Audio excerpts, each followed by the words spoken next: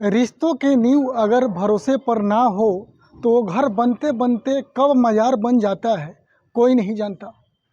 क्योंकि जब एक औरत की मोहब्बत हवस में बदलती है और जब एक मर्द अंधे इश्क में इतना डूब जाता है कि किसी की ज़िंदगी मिटा देना उसके लिए एक खेल बन जाए, तो समझ लीजिए एक और वारदात जन्म लेने वाली है।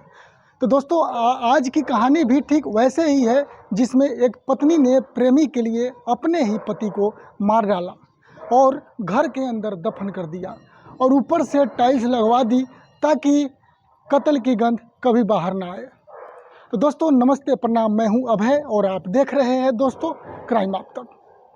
दोस्तों ये घटना है बिहार के नाला सुपारा की, जहां विजय चौहान नाम का एक शख्स अपनी पत्नी चमन चौहान उर्फ गुड़िया देवी के साथ खुशहाल जिंदगी बिता रही थी।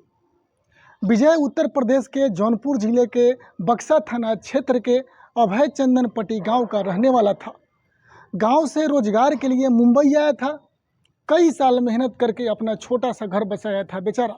एक प्यारी सी बीबी लाई, लेकिन उसे क्या पता था कि जिस घर की नींव उसने अपने खून पसीना से रखी है वही उसकी कब्र भी बन जाएगी। दोस्तों चमन को शुरू से ही बड़ा शहर रास नहीं आया था। अकेलापन और मायूसी ने उसके मन में एक खालीपन पैदा कर दिया और तभी उसकी मुलाकात हुई मोनू शर्मा से, एक पड़ोसी जो धीरे धीरे उसकी ज़िंदगी में कुछ ज़्यादा ही आने जाने लगा। चाय से शुरू हुई बातों का सिलसिला कब आंखों के इशारों और फिर हाथों के स्पर्श तक पहुंच गया वो किसी को पता नहीं चला। विजय घर पर कम ही रहता था, ज़्यादातर समय काम में और बाकी वक्त थक कर सो जाता था।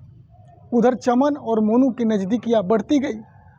मोहब्बत अब जुनून में धीरे धीरे बदलने लग गई। एक दिन मोनू ने चमन से कहा, अगर तुम्हारा पति बीच से हट जाए तो हम दोनों के साथ रह सकते हैं। चमन कुछ देर चुप रही, लेकिन उसकी खामोशी ने हामी भर दी। उसके बाद योजना बनी, दिन तय हुआ, वक्त तय हुआ और फिर एक रात जब विजय अपने कमरे में गहनी नींद में सो रहा था, मोनू ने चमन के इशारे पर दरवाज़ा खटखटाया।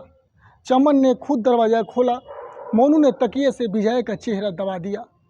चमन उसके हाथ पैर पकड़े और कुछ मिनटों में विजय की सांसें बंद हो गई। दोस्तों अब बारी थी लाश को छुपाने की। दोनों ने रात भर मेहनत की, घर के अंदर ही एक गड्ढा खोदा, लाश को उसमें दफनाया और ऊपर से सुंदर सी टाइल्स लगवा दी, ये कहकर कि घर में नया काम हो रहा है। अगले दिन चमन ने मोहल्ले से अफवाह फैल गई कि विजय गांव चला गया है। किसी को कोई शक नहीं हुआ क्योंकि लाश जगह पर अब सुंदर टाइल्स लगी थी। दोस्तों कुछ दिन सब कुछ ठीक चला, कुछ दिन तक सब शांत रहा। चमन और मोनू उसी घर में नए अरमानों के साथ जिंदगी जीने लगा, लेकिन शायद उन्हें ये नहीं पता था कि सच चाहे जितना भी छुपा लो, एक दिन दीवार खुद बोलने लगती है। विजय के भाई कई बार अपने भाई को कॉल किया, कोई जवाब नहीं मिला, तो जौनपुर से मुंबई आया। पुलिस में गुमशुदगी का रिपोर्ट लिखवाई, जांच शुरू हुई और कॉल डिटेल्स खंगाली गई और जल्द ही शक की सुई चमन और मोनू पर टिक गई। पूछताछ के दौरान चमन ने पहले बहुत मिन्नतें की, रोई, गिड़गिड़ाई, लेकिन जब पुलिस ने सख्ती दिखाई तो टूट गई। मोनू भी पकड़ा गया और जो कहानी सामने आई वो रूह कंपा देने वाली थी।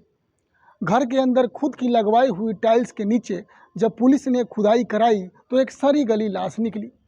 विजय चौहान की लाश, वहीं विजय जिसने उस घर को बसाया था, उसी घर ने उसे दफना दिया। दोस्तों आजकल जो है कलयुग है और कलयुग में जो दोस्तों यही सब चल रहा है। क्या करें, आज चमन और मोनू सलाखों के पीछे है, कानून ने अपना काम कर दिया है, लेकिन जो सवाल इस कहानी से उठता है वो ये है, क्या मोहब्बत के नाम पर किसी की ज़िंदगी छीन लेना इंसानियत है?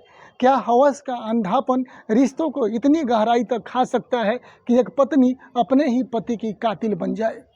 तो दोस्तों क्योंकि कोई भी रिश्ता तब तक ही खूबसूरत होता है जब तक उसमें भरोसा, वफा और ज़मीर जिंदा हो। जिस दिन इनका कत्ल हो जाए उसी दिन प्यार भी जुर्म बन जाता है। दोस्तों कैसी लगी कहानी आप लोग को? आप लोग ऐसे ही कहानी हमारे पर डे इस चैनल के माध्यम से अपलोड होती है। तो दोस्तों, मैं हूं अभय और आप देख रहे हैं क्राइम आप तक। अगर आपने ये वीडियो यहां तक देखा है तो आप भी उस दर्द को महसूस कर रहे हैं जो एक भरोसे के साथ किया गया जुर्म लेकर आता है। अगर आप भी ऐसी कहानियों से कुछ सीखते हैं और समाज को जागरूक बनाना चाहते हैं तो वीडियो को लाइक ज़रूर करें।